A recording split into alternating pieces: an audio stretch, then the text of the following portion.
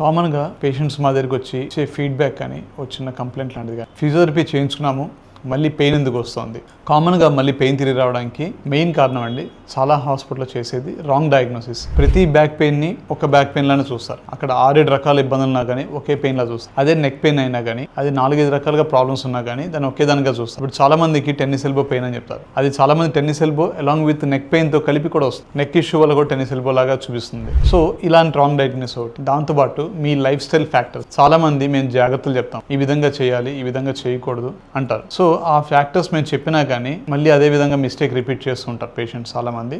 అదొక కారణం అండి. రెండోది, మా వర్క్ మేము చేసుకోకపోతే మాకు లైవ్లీహుడ్ ఉండదు, సో అవి మాకు కావాలంటారు. దాన్ని ఎప్పుడు డిస్టర్బ్ చేసుకోమని చెప్పట్లేదు, కాబట్టి దాన్ని లోడ్ తగ్గించుకుని లేకపోతే టైం పెంచుకోమని చెప్తారు. ఎగ్జాంపుల్, మీరు ఒక ఐటీ వర్క్ చేస్తుంటారు, half an hour 45 minutes work చేస్తారు. ఆ 45 minutes వర్క్ చేస్తున్నప్పుడు తప్పకుండా ఒక 5 minutes బ్రేక్ తీసుకుంటే బెటర్. ఒక కంటిన్యూస్ మీటింగ్ 1.5-2 hours ఉందనుకోండి, దాంట్లో అట్లీస్ట్ ఒక 2 minutes లేకపోతే 5 minutes అయినా కానీ వాటర్ తీసుకోవడం, బ్రేక్ తీసుకోవడం, నెక్ జెంట్గా రిట్రాక్ట్ చేసుకోవడం, షోల్డర్ స్ట్రెచింగ్ ఎక్సైల్ ఉంటాయి, అవి మీకు వీడియో పెడతాను, లేకపోతే నాకు వచ్చిన ఇమేజ్ అయినా మీకు షేర్ చేస్తాం. అవి రెగ్యులర్గా చేసుకుంటూ ఉంటేనక మీకు ఆఫీస్ వర్క్లో కూడా కొంచెం గ్యాప్ దొరుకుతుంది. అదేవిధంగా స్ట్రెయిన్ఫుల్ ల్యాబ్ ఉంటుంది, అంటే ఫ్యాక్టరీలో వర్క్ చేసే వాళ్ళు కానీ లేకపోతే హెవీ వర్క్ చేసే వాళ్ళు కానీ వాళ్ళు వెయిట్స్ ఎత్తు ఉంటారు. ఆ వెయిట్స్ కొంచెం డివైడ్ చేస్తూ చేయడం అనేది that is the best way. ఈ విధంగా చేస్తే కూడా మనకు రియాక్రేషన్ రేషియో కొంచెం తక్కువ ఉంటుంది. దాంతోపాటు ఇన్కంప్లీట్ రీహాబ్ అంటారు. ఇన్కంప్లీట్ రీహాబ్ అంటే చాలామంది మీకు చెప్పిన కోర్స్ ప్రాపర్గా చేయరు. అయితే మాకు డాక్టర్ గారు 3 రోజులే చెప్పారు, లేకపోతే 5 days చెప్పారు, 7 days చెప్పారంటారు.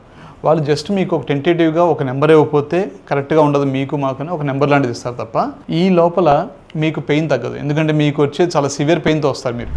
దానివల్ల కూడా మీకు మళ్ళీ పెయిన్ రియాకరెన్స్ అవుతుంది. మేము చెప్పి కౌన్సిల్ చేసినా కానీ లేదు, మాకు ఆర్థోపెడిషన్ సర్జన్ కానీ లేకపోతే న్యూరో కానీ మాకు ఇన్ని రోజులే చెప్పారంటారు.